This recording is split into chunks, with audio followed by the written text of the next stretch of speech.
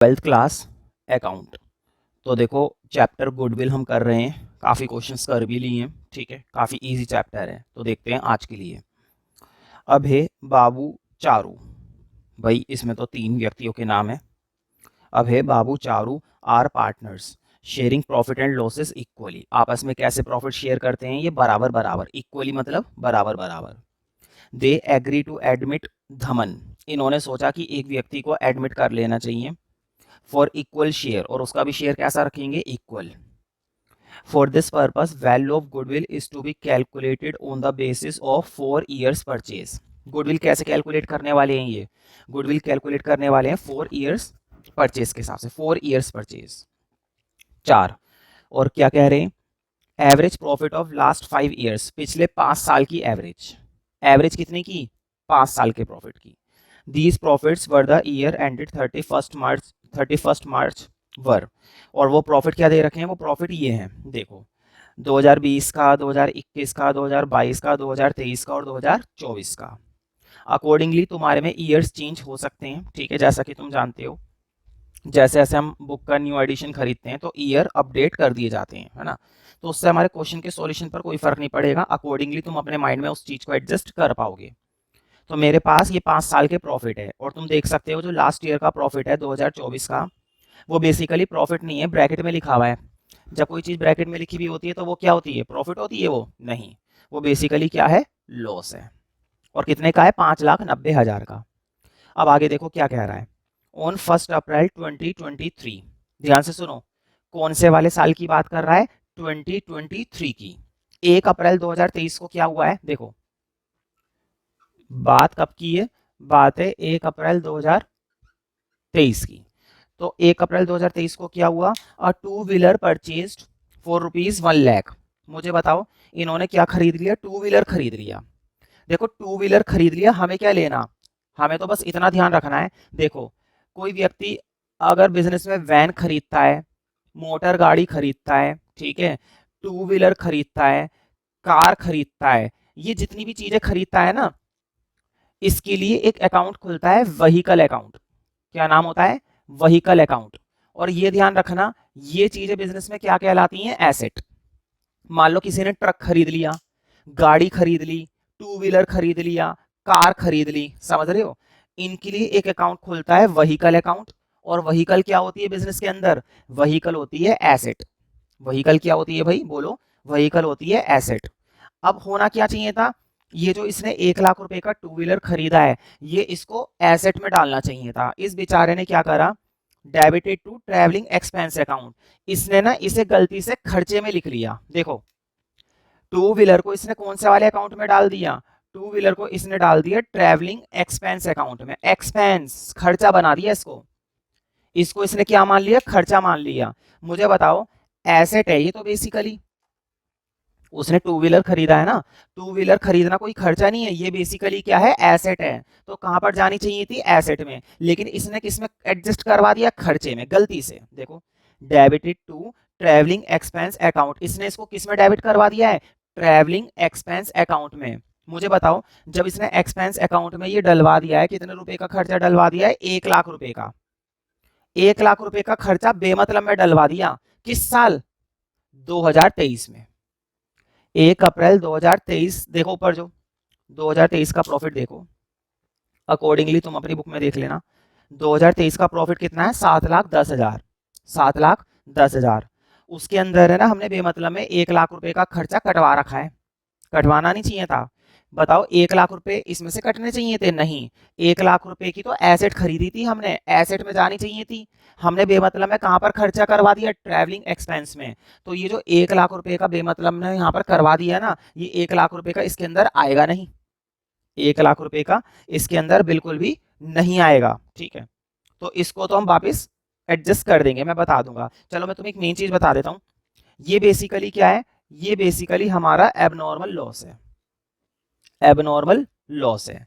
Asset को खरीदना ना, बताओ क्या रोज रोज करते हैं एसेट को खरीदने का काम? एसेट को खरीदना या एसेट को बेचना, क्या धंधे के अंदर ये काम डेली डेली होता है? नहीं, धंधे में ये काम कभी भी डेली बेसिस पर नहीं होता। ये वो काम होते हैं जो बेसिकली कभी कभी होते हैं, 4-5 साल में एक आध बार हो गए, तो हो गए। ठीक है, तो ये क्या है, एबनॉर्मल लॉस है। मैंने बताया है जिसका कनेक्शन धंधे से होता है, जिसका कनेक्शन डेली डेली बेसिस पर होता है, वो होता है नॉर्मल। और जो कभी कभी होता है जैसे कि एसेट खरीद लेना, तो वो तो बेसिकली है ही नहीं। तो एक तो ये है एबनॉर्मल लॉस। अब आगे क्या कह रहा है, ये कह रहा है on which depreciation is to be charge 25%। ये कह रहा है इस पर हमने 25% का डेप्रिसिएशन भी चार्ज करना है। क्या चार्ज करना है, डेप्रिसिएशन चार्ज करना है, कितने परसेंट का, 25% का डेप्रिसिएशन।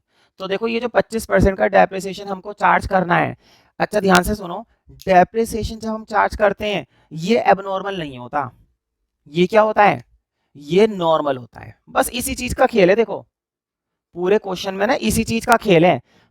प्लस माइनस तो तुम कर लोगे, बस तुम्हें ये पता चलना चाहिए कि वो एबनॉर्मल है या नॉर्मल है, बस एबनॉर्मल है या नॉर्मल है।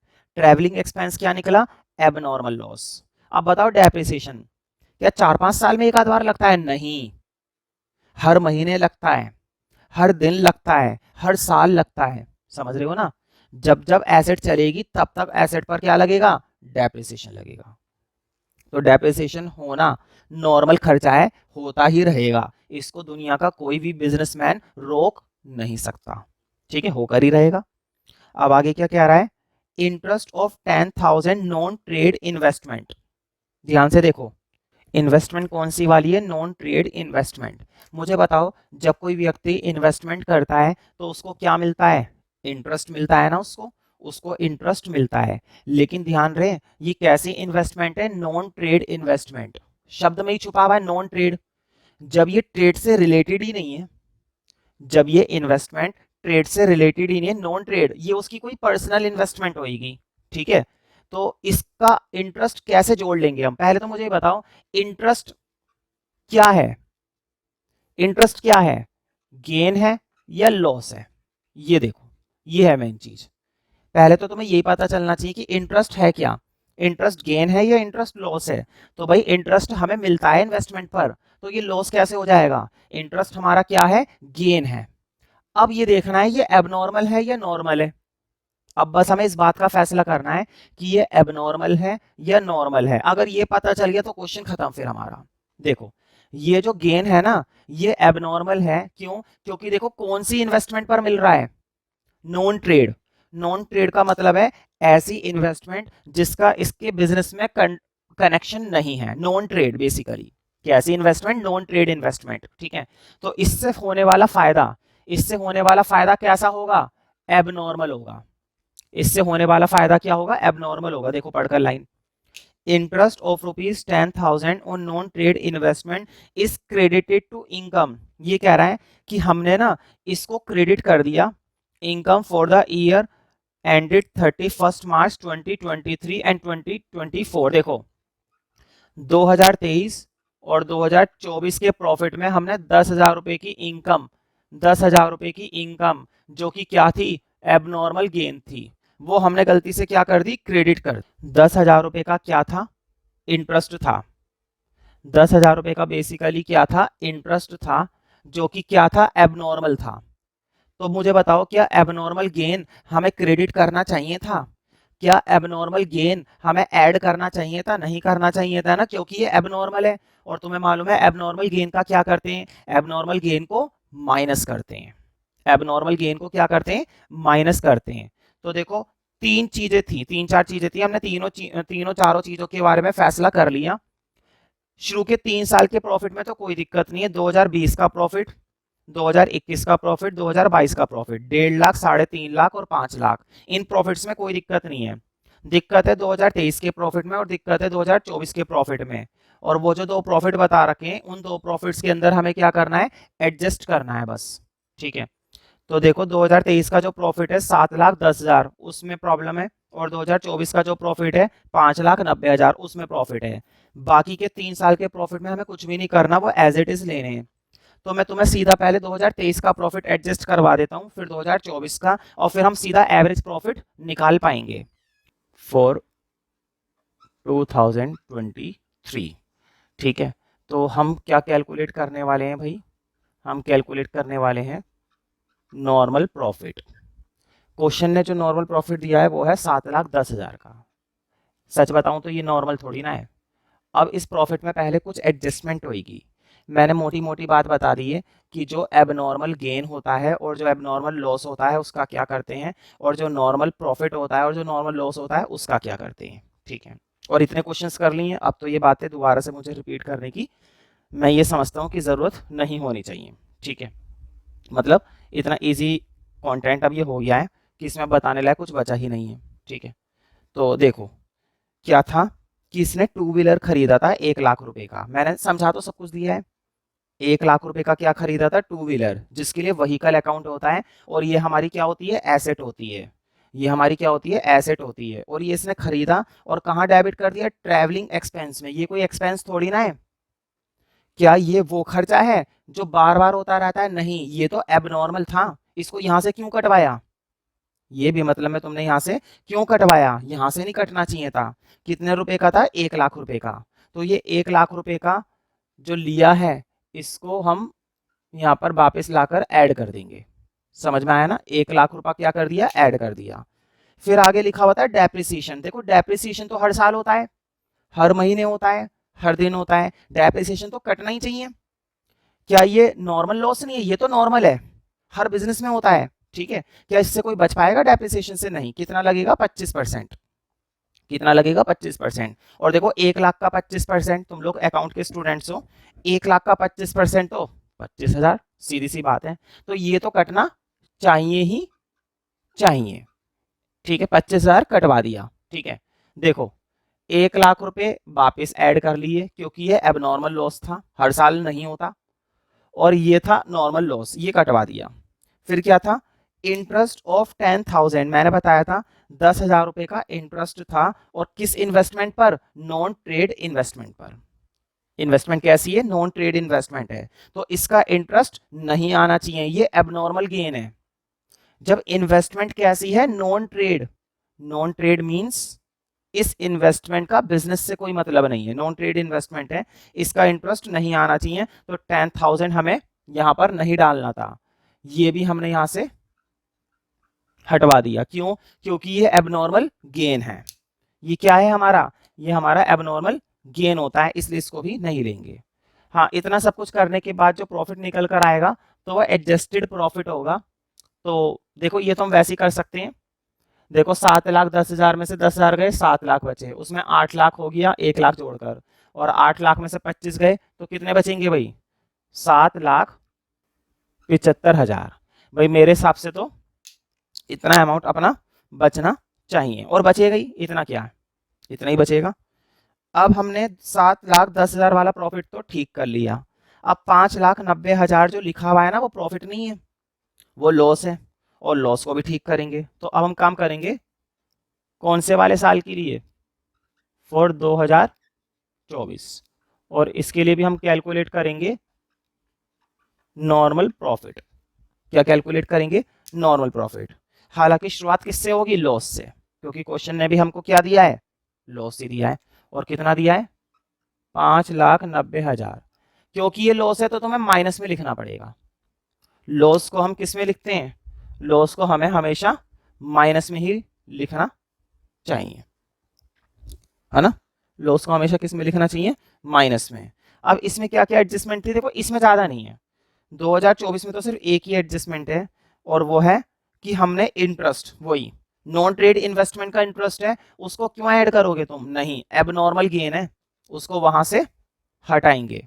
तो माइनस का 10,000 और हमने यहां से हटा दिया, तो कितना बन गया, 5,90 भी माइनस का, 10,000 भी माइनस का, तो ये माइनस का क्या बन गया, 6 lakhs। ये भी क्या बन गया हमारा, लॉस। ये भी बेसिकली हमारा क्या हो चुका है, लॉस हो चुका है भाई, इसमें कौन सी बड़ी बात है।